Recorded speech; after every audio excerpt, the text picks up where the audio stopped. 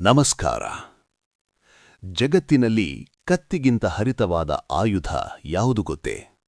ಅದು ಮನುಷ್ಯನ ನಾಲಿಗೆ. ಮಾತು ಮನೆ ಕೆಡಿಸಬಲ್ಲದು, ಮಾತು ಮನೆ ಕಟ್ಟಬಲ್ಲದು. ಆಚಾರ್ಯ ಚಾಣಕ್ಯರು ಹೇಳುತ್ತಾರೆ, ಮನುಷ್ಯನ ನಾಲಿಗೆಯ ಮೇಲೆ ಸರಸ್ವತಿಯೂ ನೆಲೆಸುತ್ತಾಳೆ ಮತ್ತು ದಾರಿದ್ರ್ಯವೂ ನೆಲೆಸುತ್ತದೆ. ನೀವು ಮಾತನಾಡುವ ರೀತಿ ನಿಮ್ಮ ಭವಿಷ್ಯವನ್ನು ನಿರ್ಧರಿಸುತ್ತದೆ. ಜನರನ್ನು ನಿಮ್ಮತ್ತ ಸೆಳೆಯುವುದು ಹೇಗೆ? ಕಠಿಣ ಸಂದರ್ಭಗಳಲ್ಲಿ ಮಾತಿನ ಮೂಲಕ ಗೆಲುವು ಸಾಧಿಸುವುದು ಹೇಗೆ? ಇಂದು ನಾವು ನಿಮ್ಮ ವ್ಯಕ್ತಿತ್ವಕ್ಕೆ ಮೆರಗು ನೀಡುವ ಚಾಣಕ್ಯನ 3 ವಾಕ್ಚಾತುರ್ಯ ರಹಸ್ಯಗಳನ್ನು ತಿಳಿಯೋಣ.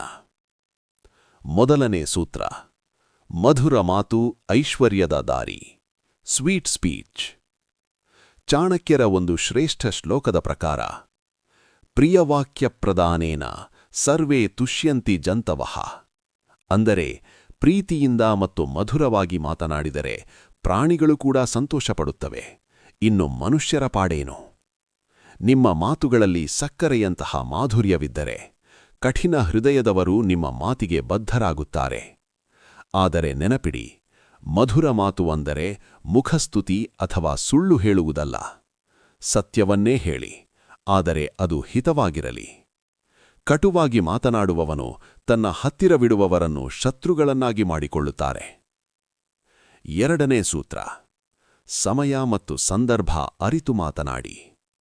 ಚಾಣಕ್ಯರು ಹೇಳುತ್ತಾರೆ, ಮೂರ್ಖನು ಎಲ್ಲಿ ಮಾತನಾಡಬಾರದೋ ಅಲ್ಲಿ ಮಾತನಾಡುತ್ತಾನೆ, ಆದರೆ ಜ್ಞಾನಿ ಸಮಯಕ್ಕಾಗಿ ಕಾಯುತ್ತಾನೆ.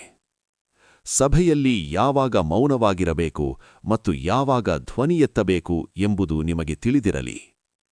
ಕೋಪದಲ್ಲಿರುವಾಗ ಅಥವಾ ಅತಿಯಾದ ಸಂತೋಷದಲ್ಲಿರುವಾಗ ಯಾವುದೇ ಭರವಸೆ ನೀಡಬೇಡಿ.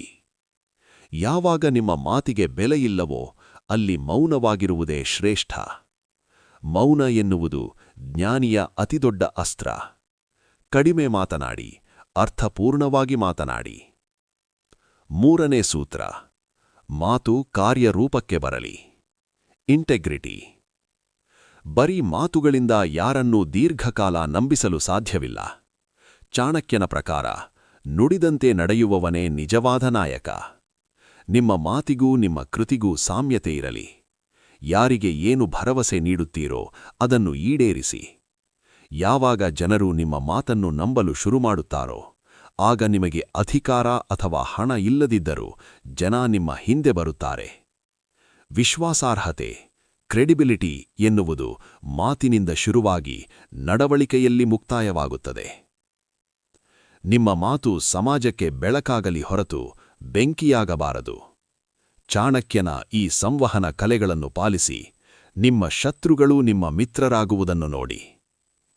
ನಿಮ್ಮ ಜೀವನದಲ್ಲಿ ಯಾರ ಮಾತುಗಳು ನಿಮ್ಮ ಮೇಲೆ ಅತಿ ಹೆಚ್ಚು ಪ್ರಭಾವ ಬೀರಿವೆ? ಕಮೆಂಟ್ನಲ್ಲಿ ತಿಳಿಸಿ.